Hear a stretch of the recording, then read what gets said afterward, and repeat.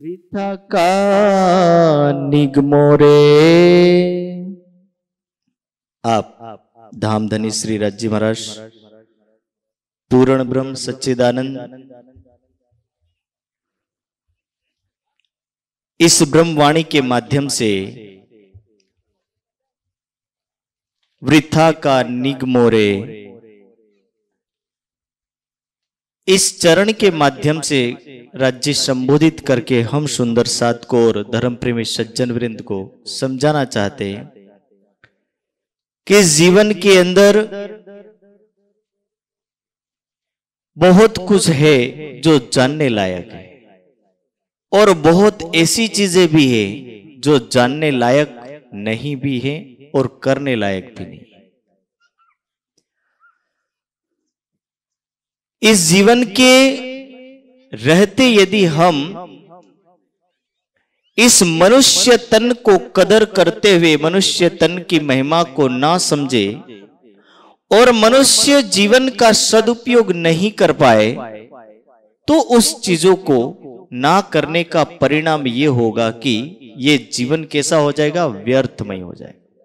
व्यर्थमय यानी कि जिस जीवन का कोई मोल नहीं, कोई कीमत नहीं।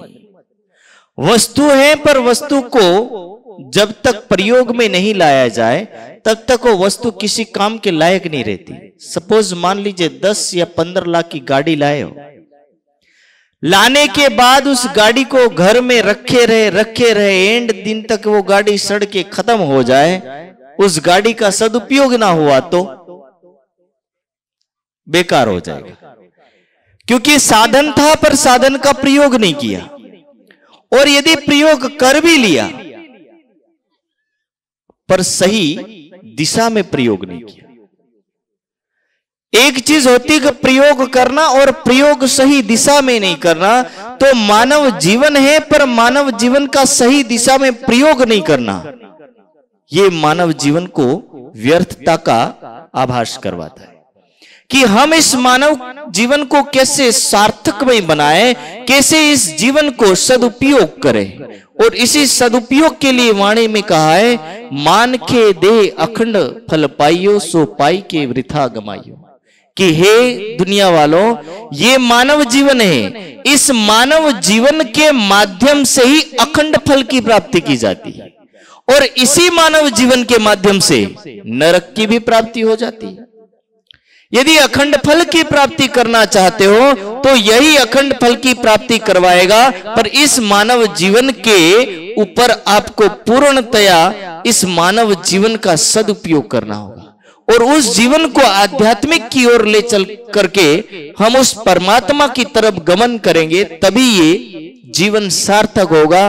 वरना इस जीवन को केवल खिलाया पिलाया और इस दुनिया के मस्त सुखों को देते रहे तो इन सुखों को देते देते मानव थक जाएगा, एंड में ये दुनिया तबाह हो जाएगी, पर इस जीवन का उद्देश्य पूर्ण नहीं होगा।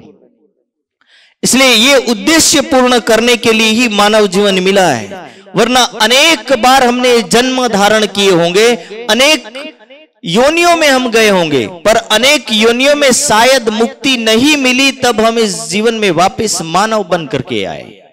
और इस मानव बनने का पीछे का रिकॉर्ड बता रहा है कि शायद मानव बनने के बाद हमें ये अवसर मिला है, और ये रिकॉर्ड कह रहा है कि हम पिछले जन्म में शायद कोई ना कोई ऐसी योनि में अवश्य थे जिस योनि में रह करके हमने मुक्ति लायक कोई कर्म नहीं किया है। यदि मुक्ति लायक कर्म किए होते, मोक्ष लायक कर्म किए होते, तो इस जन्म में हम मानव जीवन बन के नहीं अखंड सुख को भोगते होते। पर अखंड सुख को ना भोगने का रीजन और परिणाम यह है कि हम पिछले जन्मों में ऐसा कुछ नहीं कर पाए। हो सकता है कि पुण्य में कार्य किए होंगे, हो सकता है अच्छे कर्म किए होंगे, पर अच्छे कर्म करने के कारण से शरीर तो मिल गया, पर मिलने के बाद इस शरीर को ना समझने के कारण से पुनः वो शरीर वापस दूसरी बार वो शरीर प्राप्त होने लगेंगे जिन शरीरों से हम गुजर करके आए। इसलिए उस संबंध में वाणी ये कहना चाहती है, अनेक बार तड़फड़ी मारी नहीं, दुख देखी आव्या छो आपार, कि अनेक बार इस दुनिया के अंदर दूसरे जन्मों में जा करके अनेक जन्मों को भोग करके आए हो, और अनेक जन्मों को भोगने के बाद 1,84 भमे ने आव्या, यानी इस दुनिया के अंदर जो अनेक जन्म प्राप्त होते हैं उस जन्मों को आप घूम करके आए हो। आही मध्य देश व्यापार, व्यापार करना यानी सत का व्यापारी बनना, कोई बैंगन और सब्जी नहीं खरीदना। व्यापारी का तात्पर्य है कि सत्य का व्यापार करना, असत का व्यापार मत कर देना, सत्य की संगति करना, सत्य के साथ चलना, सत्य को अपने जीवन में उतारना, सत्य अपना जीवन बन जाए, सत्य अपना आधारशिला बन जाए। इसीलिए सत्य का व्यापार करने के लिए हम इस दुनिया में आए और सत्य के व्यापारी बने, और इसलिए इस जीवन का सदुपयोग करने का उद्देश्य है कि हम उस परब्रह्म को जानने के लिए इस दुनिया में जन्म लिए, ना कि इस दुनिया के अंदर इस समय को व्यर्थ करते हुए, इस जीवन को व्यर्थ करते हुए बर्बाद कर दें, और उस ना बर्बाद करे। इसीलिए इस वाणी के अंदर कह रहे वृथा का निगमोरे, कि ऐसे मानव जीवन को व्यर्थ मत गमा देना जो आपको भाग्य से मिला, और उसमें 4 पदार्थ भाग्य से प्राप्त हुए हैं। इसलिए कह रहे पामे पदार्थ 4, कि 4 वस्तु बड़ी अनमोल है, और 4 वस्तु में अनमोल क्या क्या चीजें हैं, तो अगले चरणों में राज जी कहना चाहते उत्तम मानखो खंड भरत लो। पहला मनुष्य जीवन उत्तम है, और दूसरे चरण में दूसरे शब्द में कह रहे हैं खंड भरत नो, कि भरत खंड ये भी उत्तम इसीलिए माना जाएगा क्योंकि इस 4 अनमोल रत्नों में ये भरत खंड हमें प्राप्त हुआ है। भरत खंड के अलावा हमें दूसरे खंडों की 9 खंडों में से और खंडों की बात क्यों नहीं करी? क्योंकि 9 खंडों में से ये केवल एक ही विभाग है, एशिया खंड, जिस खंड के अंदर आध्यात्मिक जीवन बसता है। इसी आध्यात्मिक जीवन होने के कारण से इस खंड के अंदर जो ज्ञान है वो ज्ञान और खंडों में प्राप्त नहीं, और खंडों में मोह ममता सारी चीज छोड़ दी जाती है। अभी जस्ट में कुछ समय 5-6 दिन पहले ऑस्ट्रेलिया के कुछ सुंदर साथ अपने यहाँ भी आए थे, तो उनसे मेरी बातचीत हुई, तो उन्होंने मुझे बात बताई कि ऑस्ट्रेलिया के अंदर 15 वर्ष का बच्चा हो जाता, उसके बाद माता पिता को छोड़ करके चला जाता है, फिर वो कब लौटेगा उसका कोई भरोसा नहीं। बोले एक दिन वर्ष में आता है जिसका नाम क्रिसमस डे। क्रिसमस डे के दिन केवल एक दिन वर्ष में वो बच्चा मिलने आता है, चाहे लड़की हो चाहे लड़का हो। आप सोचिए कि विदेशी हालत है, पाश्चात्य संस्कृति जिसको बोलते हैं। और अपने भारत में देखिए 15 वर्ष का नहीं, बुढ़ा हो जाए तब तक व्यक्ति छोड़ता नहीं से। बोलो श्री प्राणनाथ।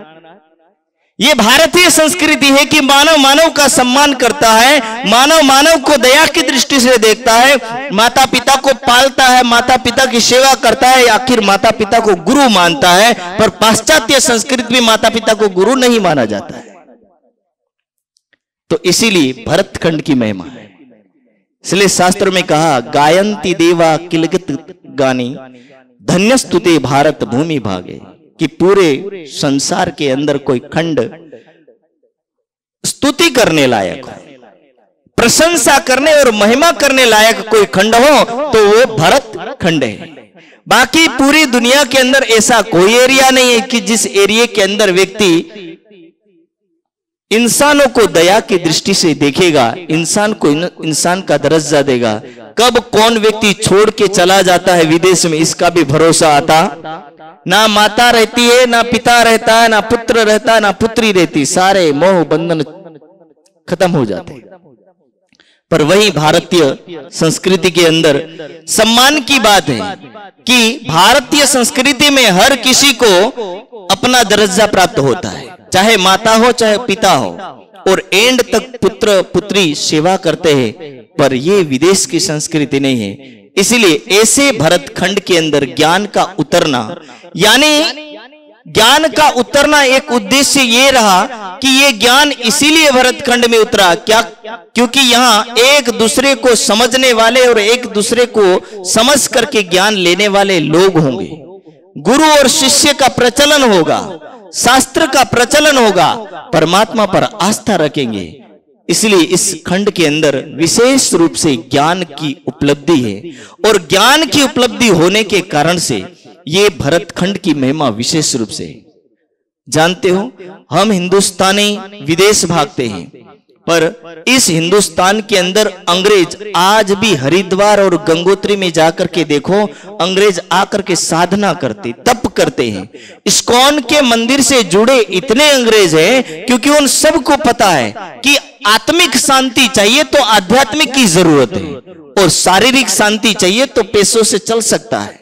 इसलिए आत्मिक शांति के लिए अंग्रेज हिंदुस्तान में आकर के ज्ञान लेते हैं, और वही अंग्रेजों से आप पूछिए कि आपको यहां क्या प्राप्त होता है, तो अंग्रेज उत्तर देगा कि जो हमें प्राप्त होता है, जिसके कारण हम हिंदुस्तान में आते हैं, इस भारत देश में आते हैं, इस भारत देश के अंदर आध्यात्मिक सुख की प्राप्ति होती है।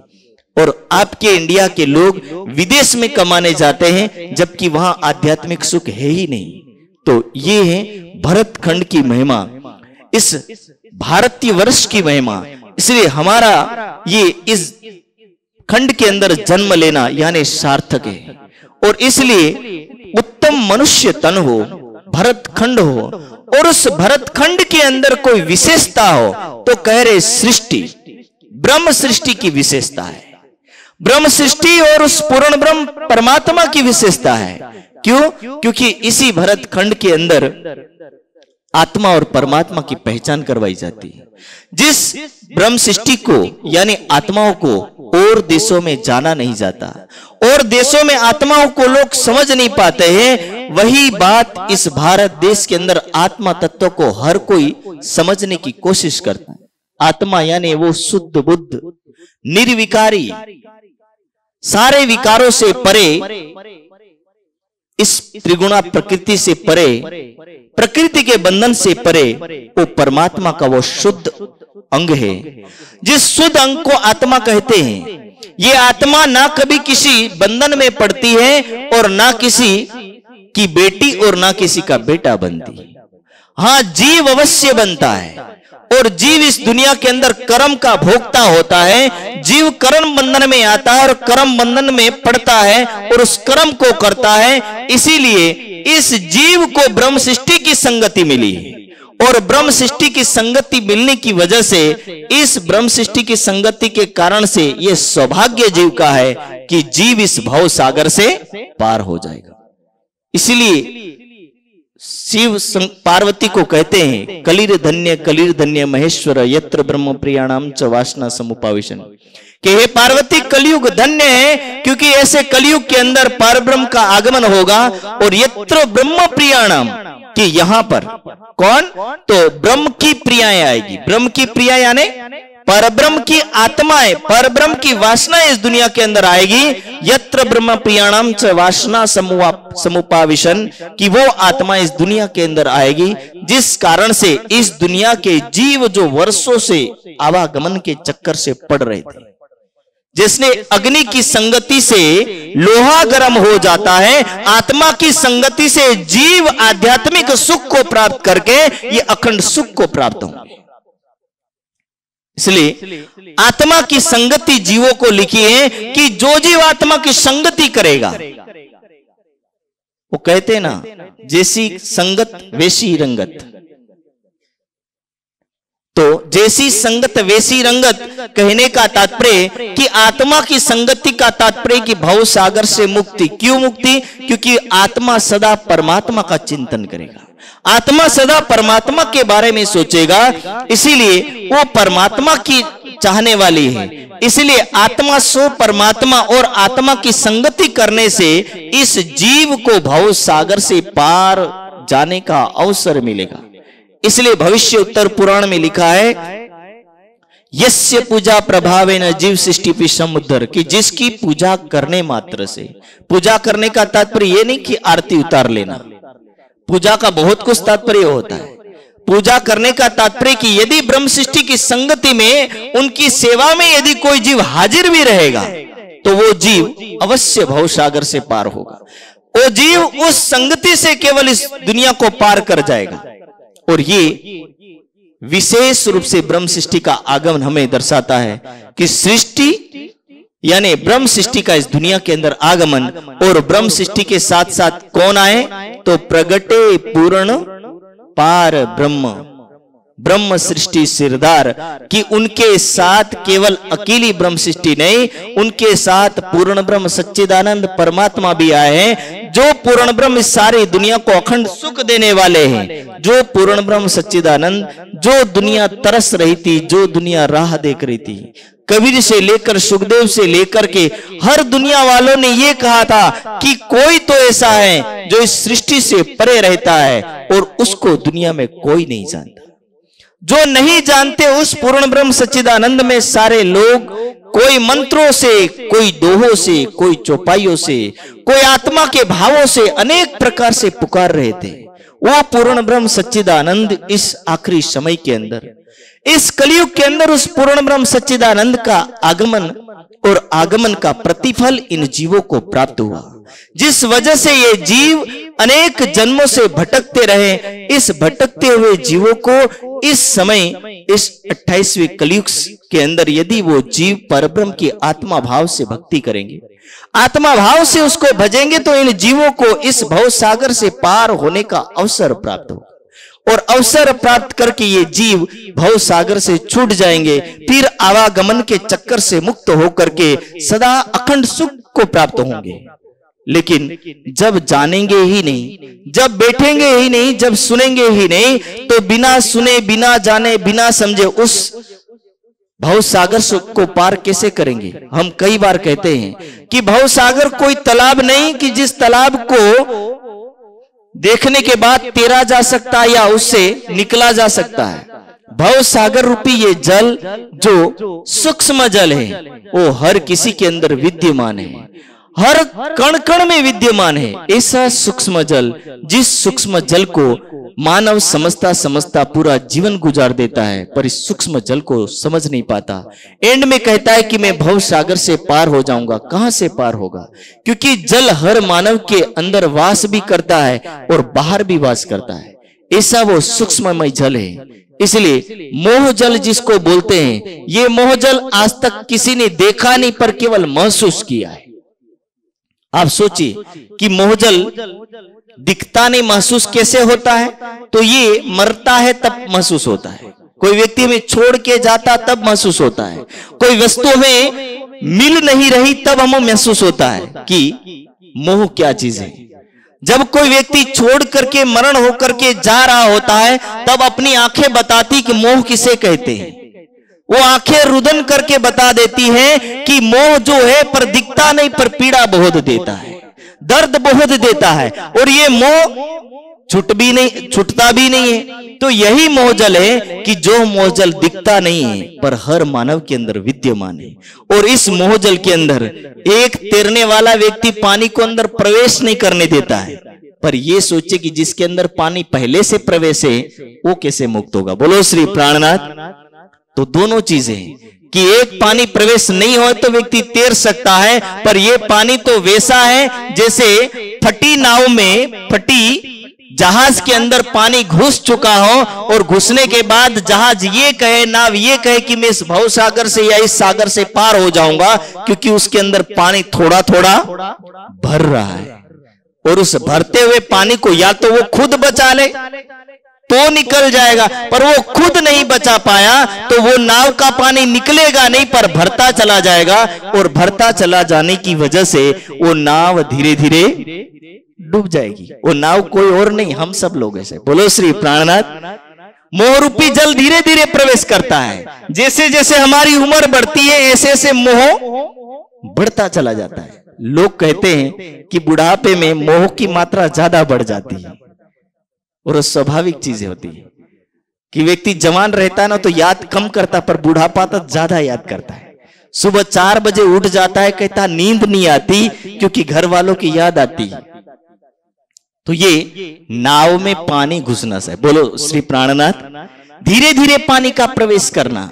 और ये हमारी नाव में जैसे जैसे सुबह उठ करके जहां ब्रह्म चिंतन होना चाहिए, जहां परमात्मा का चिंतन होना चाहिए, वहां हम सुबह सुबह उठ करके खाट में पड़े पड़े फलाना बेटा ये कर रहा होगा, बेटी ये कर रही होगी, पत्नी ये कर रही होगी,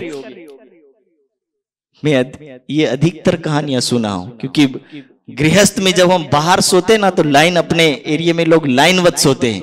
सुबह 4 बजे 5 बजे बंदा उठ जाता तो घरों में बात शुरू हो जाती कि क्या कर रहा होगा जो विदेश या दूसरे राज्य में गया होगा। तो ये है मोहजल, और ये मोहजल किसी सागर में दिखने वाला मोहजल नहीं, ये धीरे धीरे मानव जीवन में प्रवेश करने वाला है। और ये अपना जीवन है, जिस जीवन को आप नाव समझो, जहाज समझो, जो भी समझो, इस नाव रूपी, इस जहाज रूपी इस शरीर के ऊपर बैठ करके ये जीव भव सागर से पार होने वाला है।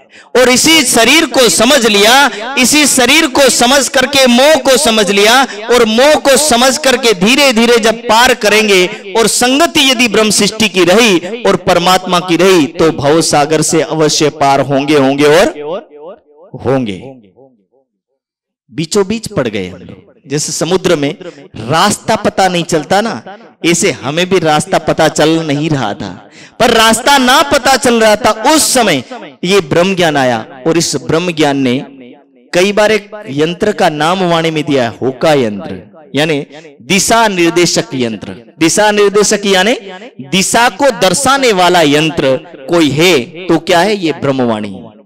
समुद्र में घूमना एक अलग बात है, और उसके किनारे जाना एक अलग बात है, और ये उस मंजिल तक ले जाने वाला ज्ञान है जो हमें मंजिल बताता है, जो हमें रास्ता बताता है, और उस रास्ते पर जाकर के हम अपनी मंजिल प्राप्त कर सकते हैं। इसीलिए ज्ञान को होका यंत्र यानी दिशा निर्देशक यंत्र बोला है। इस यंत्र के माध्यम से, इस ज्ञान रूपी यंत्र से हम अपनी गाड़ी नरक की ओर ना गमन करें, अपनी गाड़ी स्वर्ग की ओर ना ले जाए, अपनी गाड़ी बैकुंठ की ओर ना ले जाए, अपनी गाड़ी सीधी कहां ले जाए?